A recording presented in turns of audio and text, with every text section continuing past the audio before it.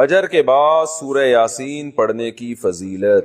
فجر کی نماز کے بعد سورہ یاسین پڑھنا کیسا ہے؟ کیا یہ سنت عمل ہے؟ عبد المطلب انڈیا سے۔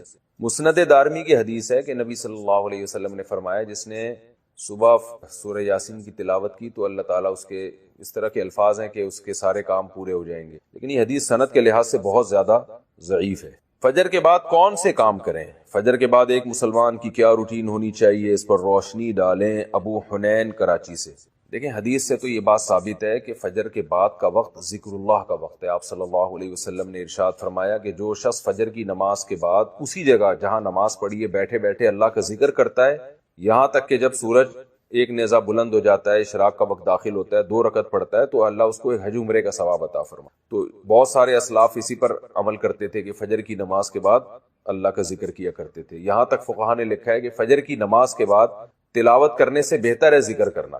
تو اگر کوئی اس طرح تسبیحات نہ کر سکے تو پھر تلاوت کر لے، کیونکہ بہرحال تلاوت بھی ایک طرح کا اللہ کا ذکر ہی ہے۔ تو یہ وقت جو ہے نا ذکر اذکار کا وقت ہے، سب سے بہتر ہے ذکر کرے، وہ نہیں تو پھر تلاوت کرے۔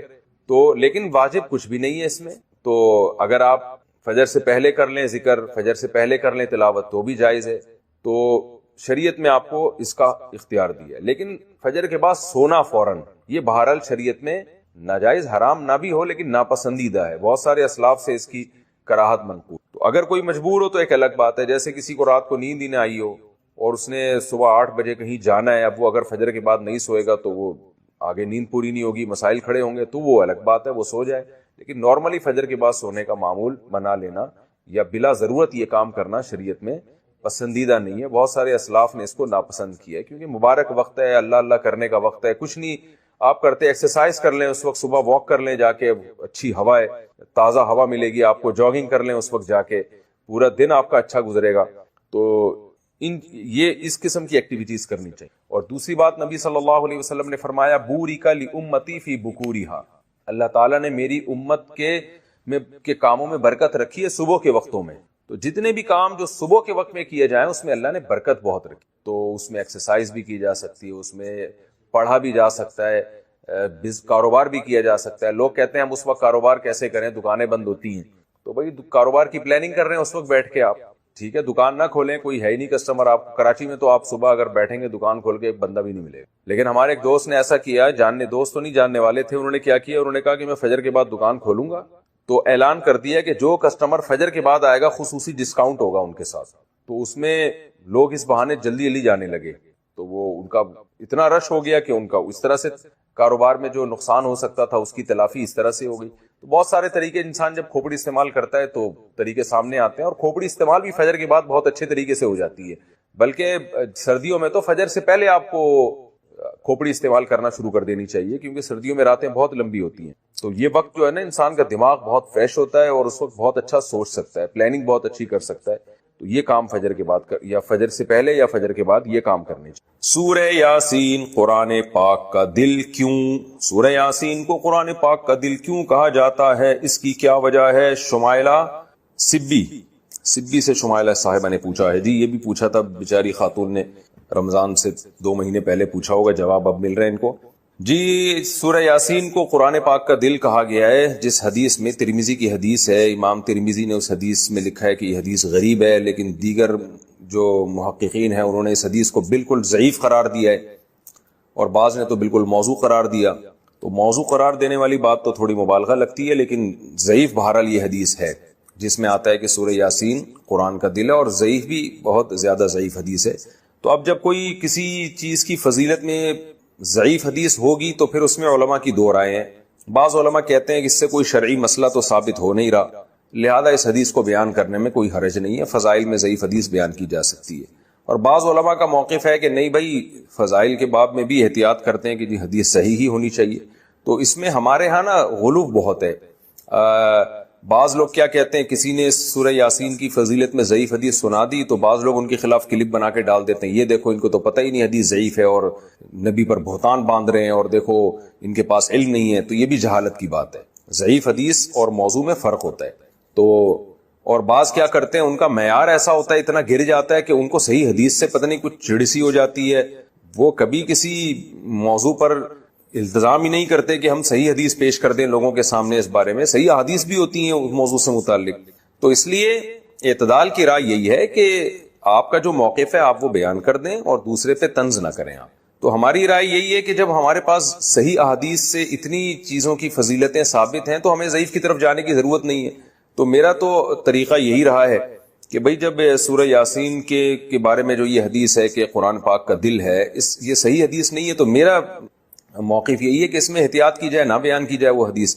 لیکن اگر وہ عالم یہ حدیث بیان کرتے ہیں ممبر پہ سورہ یاسین کی فضیلت میں، تو ان پہ طنز نہیں کیا جا سکتا، کیونکہ کوئی شرعی مسئلہ نہیں بیان کیا جا رہا. کیونکہ سورہ یاسین کا مضمون بہرحال اتنا جاندار، اتنا شاندار ہے کہ اس ضعیف روایت کی تائید اس سے بہرحال ہوتی ہے کہ اس کے مضمون کو جب آپ دیکھتے ہیں تو لگتا ہے کہ یہ واقعی قرآن پاک کا دل ہے. اولم یر الانسان انا خلقناہ من نطفۃ فاذا هو خصیم مبین. نبی کے پاس ایک شخص جو ہے نا قبر کی بوسیدہ ہڈی لے کر آیا اور کہنے لگا اس میں جان کون ڈالے گا. سورہ یاسین میں اللہ نے آخری رکوع نازل کیا کہ یہ انسان جو آپ کے پاس ہڈی لے کر آیا ہے یہ دیکھتا نہیں ہے، ہم نے اس کو منی کے قطرے سے بنایا، اور آج یہ ہم پہ اعتراض کر رہا ہے کہ اس بوسیدہ ہڈی میں کون جان ڈالے گا. قل یحییھا الذی انشأھا اول مرہ. آپ اس سے کہتے ہیں وہی جس نے اس ہڈی کو پہلی دفعہ بنایا نا، اسی ہڈی سے پوچھئے، بتائے گی جس نے مجھے پہلی دفعہ بنایا ہے وہ مجھے دوبارہ بھی بنا سکتا ہے. تو ایسے جاندار مضامین ہے سورہ یاسین کے، تو اس لحاظ سے اس کو دل کہہ دینے میں کوئی حرج نہیں ہے. لیکن بہرحال اس بارے میں جو روایت ہے وہ کافی ضعیف روایت ہے. تو ہمارا طرز یہ ہے کہ جو صحیح احادیث ہیں، جیسے عبداللہ ابن عباس رضی اللہ عنہ سے ایک اثر منقول ہے سورہ یاسین کی فضیلت میں، صبح و شام پڑھنا چاہیے سورہ یاسین کو. تو ایسے صحیح روایات کا اگر ہم التزام کریں تو یہ زیادہ بہتر ہے. پھر کبھی انشاءاللہ میں سورہ یاسین کی کوئی فضیلت اگر صحیح حدیث میں وارد ہوئی ہے تو اس پہ الگ سے انشاءاللہ میں کلپ ریکارڈ کروا دوں گا. عام طور پر جو صورتوں کے الگ الگ فضائل کے بارے میں جو احادیث ہیں نا وہ ضعیف ہی ہوتی ہیں. عام طور پر صورتوں کے الگ الگ جو فضائل ہوتے ہیں نا، فلاں صورت کی یہ فضیلت، فلاں صورت کی، عام طور پر قاعدہ کلیہ نہیں ہے. بعض صورتوں کی فضیلت پر جیسے سورہ اخلاص کے بارے میں آتا ہے 3 دفعہ سورہ اخلاص پڑھنا ایک قرآن کے برابر ہے، تو یہ تو صحیح حدیث سے ثابت ہے. لیکن عام طور پر جو صورتوں کی الگ الگ فضیلت کے فلاں ٹائم پہ پڑھنے میں یہ، فلاں ٹائم پہ پڑھنے میں، تو عموماً اس بارے میں روایات اکثر ضعیف ہوتی ہیں. اگلی حدیث ہے 7558. حدثنا احمد بن اشکاب قال حدثنا محمد بن فضیل عن عمارة بن القعقاع عن ابی زرعة عن ابی هریرة رضی اللہ عنہ قال قال النبی صلی اللہ علیہ وسلم کلمتان حبیبتان الی الرحمن خفیفتان علی اللسان ثقیلتان فی المیزان سبحان اللہ وبحمدہ سبحان اللہ العظیم. حدیث کے جو الفاظ ہیں یہ بھی بڑے مزیدار ہیں، پڑھنے میں بہت مزہ آتا ہے ان الفاظ. نبی صلی اللہ حضرت ابو ہریرہ رضی اللہ عنہ سے روایت ہے، رسول اللہ صلی اللہ علیہ وسلم نے فرمایا 2 کلمات ایسے ہیں حبیبتان الی الرحمن، جو رحمان کو بہت زیادہ محبوب. آپ کو پتہ ہے فعیل بمعنی مفعول کثرت سے آتا ہے عربی میں، تو یہاں حبیب بمعنی کیا ہے؟ محبوب. اللہ کو بہت محبوب ہے. خفیفتان علی اللسان، زبان پر بہت ہلکے ہیں. ثقیلتان فی المیزان، ترازو میں قیامت کے دن بہت بھاری ہے. دیکھو کسی عمل کو کرنے کے لیے موٹیویشن چاہیے نا. ہمیں کوئی عمل ہم کرنا چاہتے ہیں تو ہمیں کہیں سے موٹیویشن ملتی ہے تو ہم اس عمل کو کر لیتے ہیں. تو موٹیویشن کے لیے 3 چیزیں ہوتی ہیں جس سے آپ کو اس عمل کے کرنے کی ترغیب ملتی ہے. ایک چیز یہ ہوتی ہے کہ کوئی شخص آپ کو آپ کے کہتا ہے کہ یہ عمل کر لو، اس سے تمہارا محبوب خوش ہو جائے گا، تو ایک دم ہمیں حوصلہ ملتا ہے کہ ہم یہ عمل آپ لوگ کر لیں، کوئی چاہے مشکل عمل ہی کیوں نہ ہو. لیکن بھائی جس سے ہمیں محبت ہے یہ عمل کرنے سے ہمارا محبوب خوش ہو جائے گا، اس سے بڑا حوصلہ ملتا ہے. محبوب کو جو کام محبوب ہو اس کو کرنے کا دل چاہتا ہے یا نہیں چاہتا؟ چاہتا ہے. بعض دفعہ اس سے انسان کو موٹیویشن ملتی ہے، حوصلہ ملتا ہے. بھائی یہ تمہارے محبوب کو اس سے محبت تو نہیں ہے، لیکن اس کے کرنے سے تمہیں فائدے بہت حاصل ہوں گے. آپ کوئی کام کرتے ہیں جس پہ آپ کو پیسے بہت مل رہے ہوں، بڑی مشکل جابس آتی ہیں، لیکن لوگ اس لیے کر لیتے ہیں کہ اس میں تنخواہ بہت زیادہ ہے، پیسے بہت زیادہ ملیں گے، مشکل جابس بھی کر لیتے ہیں لوگ. اس سے بھی انسان کو موٹیویشن ملتی ہے.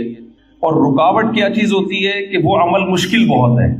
تو یہ رکاوٹ بھی اگر دور کر دی جائے تو پھر اس عمل سے کوئی چیز رکاوٹ بنتی ہے؟ یقیناً نہیں بنتی. تو نبی صلی اللہ علیہ وسلم نے فرمایا سبحان اللہ و بحمدہ سبحان اللہ العظیم. یہ دو عمل ایسے ہیں کہ ہمارا محبوب اللہ ہے. تو یہ دو کلمات اللہ کو بہت محبوب ہیں. تو مسلمان کے لیے اس کلمے کو زبان سے بار بار دہرانے کے لیے اتنی ترغیب کافی ہے کہ ہمارے محبوب اللہ ہے، اس اللہ کو یہ کلمات بہت زیادہ محبوب ہیں. یہ کافی ہے.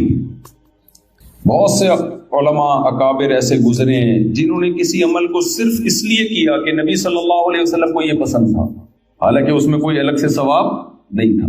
حضرت انس ابن مالک رضی اللہ تعالی عنہ، صحیح حدیث، کدو بنا ہوا تھا، کدو کا سالن. انس ابن مالک برتن بار بار گھما گھما کے نا اس میں کدو تلاش کر رہے تھے سالن میں. ایسا ہوتا ہے نا آج کل سالن میں جیسے بوٹیاں تلاش کی جاتی ہیں، تو حضرت انس ابن مالک کیا تلاش کر رہے تھے؟ کدو. پھر فرمایا کہ مجھے اس سے اس لیے محبت ہے کہ رسول اللہ صلی اللہ علیہ وسلم کو کدو سے، لوکی سے محبت تھی. تو صرف اس لیے وہ لوکی تلاش کر رہے ہیں سالن میں کہ میرے نبی کو، میرے محبوب کو اس سے محبت. تو انسان کو جس سے محبت ہوتی ہے عام طور پر اس کی محبوب چیزوں سے بھی محبت ہو جاتی ہے. تو امام بخاری رحمہ اللہ تعالی یہ کلمہ لے کر آئے حبیبتانی الی الرحمن. بھائی یہ سبحان اللہ و بحمدہ دو کلمات ایسے ہیں جو اللہ کو بہت زیادہ محبوب ہیں. تو بس اتنا ہی کافی ہے مسلمان کے لیے کہ ان کلمات کا کثرت سے اپنی زبان سے ورد کیا کرے. میں طلبہ سے ہٹ کر تھوڑا سا عوام سے بھی تھوڑا سا خطاب کر رہا ہوں نا. آپ کو پتہ ہے آج لوگ جن چڑیل بھوت بھگانے کے لیے پتہ نہیں کتنے کتنے لاکھ دفعہ وظیفے پڑھ رہے ہوتے ہیں. بچیوں کی شادی نہیں ہو رہی، کسی نے بتا دیا یہ کلمہ پڑھو. روزگار نہیں مل رہا، کسی نے بتا دیا یہ والا کلمہ پڑھو. سر پہ بال نہیں اگ رہے، کسی نے بتایا بھائی یہ وظیفہ پڑھ کے دم کرو. ہے بھائی. لیکن مسلمان کے لیے کسی کلمے کو زبان سے دہرانے کے لیے، کسی کلمے سے محبت کے لیے ان تکلفات کی ضرورت نہیں ہے. اتنا کافی ہے کہ یہ کلمات کس کو محبوب ہیں؟ اللہ. بس اس نیت سے پڑھے. آج ذکر کرنے والے بہت لوگ ہیں لیکن صرف اس لیے کہ اللہ خوش ہوتا ہے. تو ایسے لوگ مارکیٹ میں کیا چل رہے ہیں؟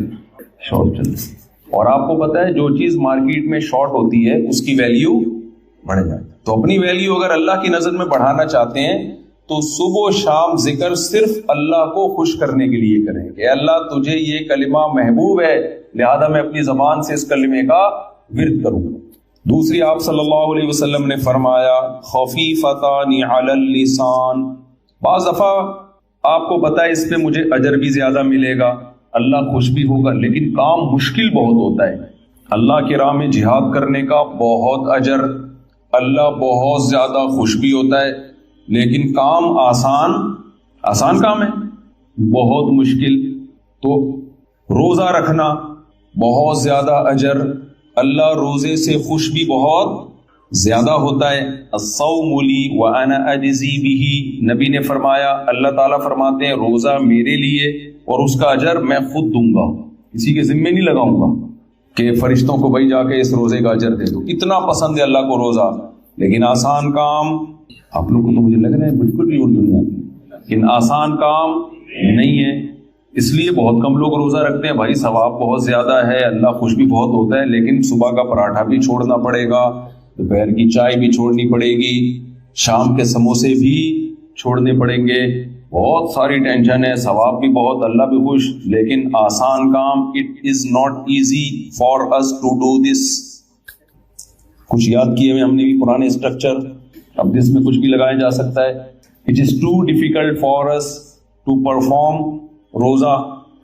تو اس لیے نبی صلی اللہ علیہ وسلم نے فرمایا بھائی اجر بھی بہت زیادہ.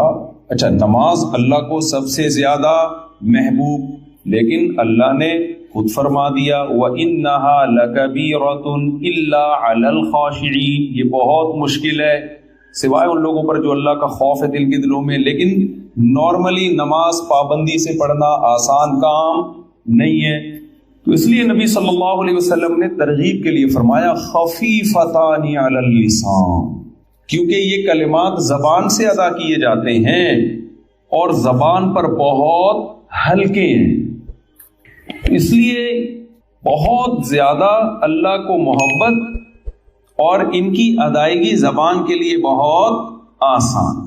فرمایا ثقیلتان فی المیزان، ہو سکتا ہے کسی کے دل میں یہ خیال آئے کہ جب زبان پر اتنے ہلکے ہیں، اتنی آسانی کے ساتھ ہم زبان سے یہ دو کلمے ادا کر سکتے ہیں، تو ہو سکتا ہے اتنا ہی ہلکا ویٹ ہو ان کا ترازو میں، قیامت کے دن وزن لا کے رکھا جائے تو کوئی اس کی ویلیو ہی نہ ہو، ویٹ ہی نہ ہو۔ تو آپ نے فرمایا ثقیلتان فی المیزان، جب ترازو قیامت کے دن اعمال کا لگے گا تو ان میں یہ کلمات بہت زیادہ وزنی ہوں گے، بہت نیچے جھکا دیں گے۔ یہ دو کلمات کیا ہیں؟ سبحان اللہ و بحمدہ سبحان اللہ العظیم۔ آپ اگر قرآن و سنت میں غور کریں گے، قرآن میں یا احادیث میں، تو سبحان اللہ اور الحمدللہ ان کلمات کی فضیلت سب سے زیادہ ملے گی۔ اس کی وجہ کیا ہے؟ دیکھیں، جب ہم کسی کی تعریف کرتے ہیں تو تعریف کرنے کے دو طریقے ہوتے ہیں۔ ایک، اس پر جو غلط الزامات لگے ہیں ان الزامات کو اس سے بری کر دینا۔ یہ تو ان لوگوں کی فیت کو ہمیں تو زبردستی ان چیزوں میں دھکیلا گیا ہے، ڈالا گیا ہے۔ یہ ہمارا ٹاپک تھوڑی ہے، اگر یہ ٹاپک ہوتا میں 4 شادیوں پہ کتاب لکھتا۔ پھر بولو بھائی، ہم تو دیکھ رہے تھے بیوہ عورتیں تباہ ہو رہی ہیں، برباد ہو رہی ہیں، کنواری لڑکیاں برباد ہو رہی ہیں، تو ان کو کیا اس ٹاپک سے کہ یزید رحمت اللہ علیہ لعنت اللہ، وہ کہہ رہے ہیں بھائی ہمارا گھر بساؤ یار، بھاڑ میں جائے وہ، ہمیں کیا کرنا ہے اس سے۔ آپ نے ان کے لیے کیا کیا ہے؟ قوم میں رشوت کس قدر پھیل رہی ہے، تبلیغی جماعت کو 100 بار سلام، کتنے لوگوں کی زندگیاں انہوں نے تبدیل کر دی۔ ان کا تو ٹاپک یہ نہیں ہے، نہ کربلا پہ بیان کرتے ہیں، نہ ان کو ربیع الاول کا پتہ ہے۔ کیسا شرک اور بت پرست، کتنے بڑے بڑے گلوکار فنکار ہیں، داڑیاں رکھوا دی ان کو، تہجد گزار بنا دیا۔ کتنے غیر مسلم ہیں، تبلیغ والے تو ریکارڈ بھی نہیں رکھتے۔ اگر یہ ریکارڈ رکھتے نا رجسٹر میں، لاکھوں غیر مسلم ہیں جو تبلیغ والوں کو دیکھ کے مسلمان ہوئے ہیں، حالانکہ کوئی شو بازی کا شوق نہیں ہے تو کوئی ریکارڈ بھی نہیں رکھا ہوا۔ کارگزاری میں زیادہ اس طرح کی باتیں